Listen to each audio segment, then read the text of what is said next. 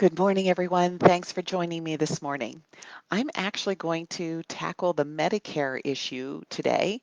Actually, for some of you who may or may not be aware, but open enrollment for Medicare starts on October 15th and it runs until December 7th. And the choices you make then will go into effect on January 1 of 2022.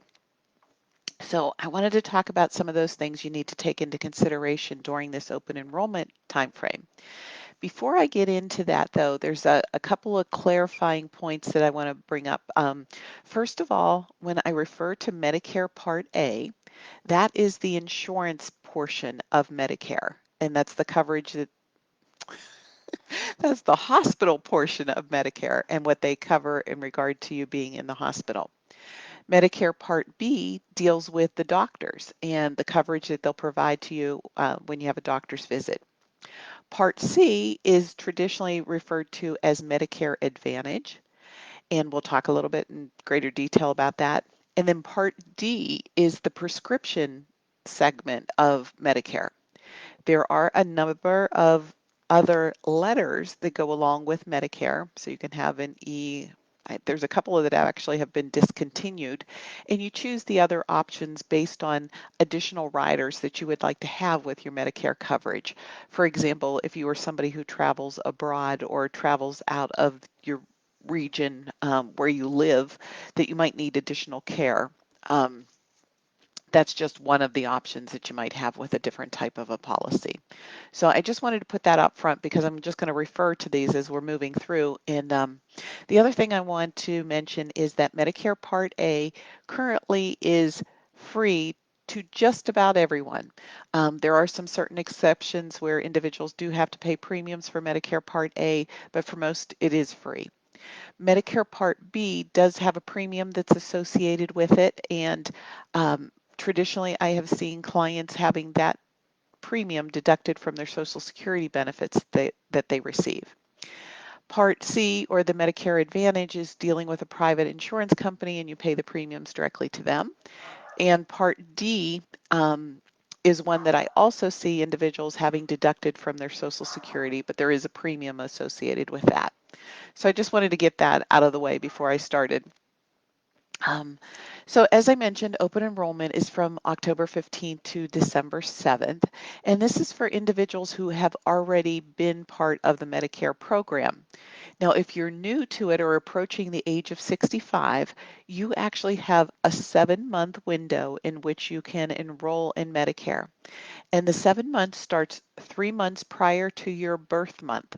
So for example, my birth month is July, so that would mean April, May, and June. So those 3 months, then my birth month of July, and then the 3 months afterwards, August, September, October. So I have from April until October surrounding my 65th birthday in order to enroll in Medicare. Now let's just say I'm still working and I have health coverage that I really don't need to enroll at that point. I still highly, highly recommend that everyone reach out to the Social Security Administration and Medicare and letting them know what your situation is in life. Whether you're going to start taking Social Security, whether you need to start taking Medicare. You can actually enroll in Medicare Part A and still be employed. But what happens is you've kind of locked in the situation that they won't ask you to go through underwriting in the future. If they know what your status is, they'll take that into consideration. You won't have to worry about it. But if you don't let them know, and let's say you continue to work until you're age 67, and then you try to enroll in Medicare, they may ask you to go through an eligibility status, and you may have to have a physical, and their premium might be adjusted upward based upon that. So it is very important that around age 65, you let them know what your status is, whether you're collecting or not, or whether you're paying for it or not. Okay. So those are the two different time frames. Um, so what happens during open enrollment? You have choices. You have the ability to make changes. Two of the main areas that I'm going to talk about is Medigap and the Medicare Advantage. So Medigap is actually a supplemental coverage that you can cover your co-pays, your co-insurance cost, your deductibles, that medical coverage if you're traveling abroad. So Medigap are the types of policies that you add to help cover some of those costs that I just mentioned that Medicare A, B, and D don't traditionally cover. All right, so that's a Medigap policy. Now, a Medicare Advantage policy is something that you actually purchase from an outside insurance provider. Um, so you may have heard like Highmark has a product, they call it Highmark Plus once you're over the age of 65. But these are Advantage programs.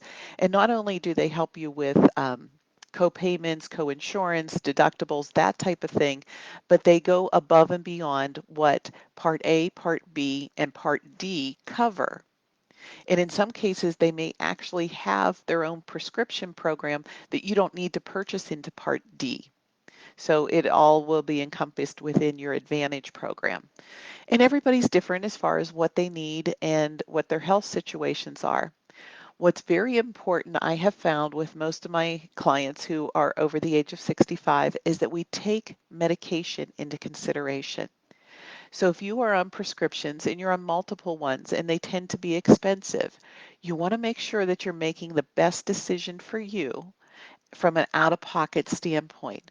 So whether you go with a Medigap or whether you go with an Advantage plan, you want to make sure that your prescriptions are covered appropriately for you, or that you understand that whatever program you go with, what your cost is going to be.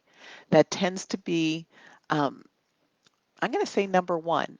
Number two, or maybe tied for number one, is to make sure that the doctors that you are frequenting or that you want to continue to frequent are covered under um, the Advantage plan in particular. You want to make sure that they will accept the insurance that you're taking with Advantage.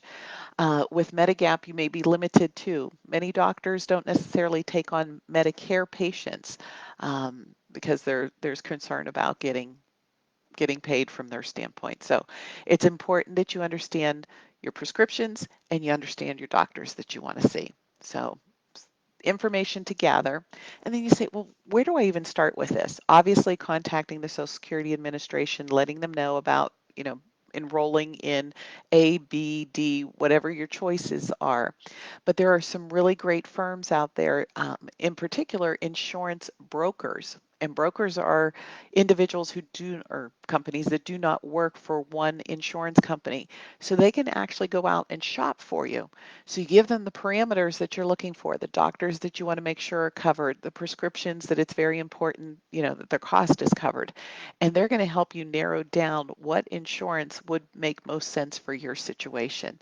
So working with a broker in regard to that. Now, the Medicare Part D can get very confusing. Um, I did mention that it is dealing with your prescriptions, but this is also one of those decisions that you need to make during this open enrollment standpoint. So if you're going with an Advantage plan that has a prescription drug associated with it, then you don't need Medicare Part D. But don't forget about it because it can be very helpful to cover some of those premiums. So I know this is a lot of information. I covered it very quickly. If you have any questions, please don't hesitate to give me a call at 412-346-4655. Send me an email at diane@pearsonfinancialplanning.com or a direct message here through Facebook. And as always, if you found this information of value, please feel free to let me know if you'd like me to invite any of your friends to join us here in our private group. Uh, Again, I really appreciate that you've joined me today and have a great day.